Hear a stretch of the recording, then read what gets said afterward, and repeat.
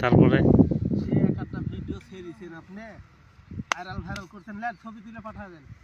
হ্যাঁ পাঠিয়ে দিব তো 200-400 ভিডিও করছে 200-400 একটা তো পাই না আমরা, আমার মোবাইলতে একটা ভিডিও তো আছে। আমরা গরিব মানুষ না, আমাকে ভিডিও মেসে দেখ পারছেন না তো যারা আইডিতে সমস্যা যাবে সমস্যা যারা আইডি আছে আমরা যদি মাঞ্জা ডুলিয়ে কোমর ডুলিয়ে নাচতে পারতাম আর যদি মেয়ে এনে একটু ঘুরতে পারতাম দেখাইতে পারতাম তাহলে বাইরে লাগতাম। আমাদের দেশে যে রাসেল টিকটকার হ্যাঁ সারা বিশ্বের মেয়ের সাথে কথা কয়।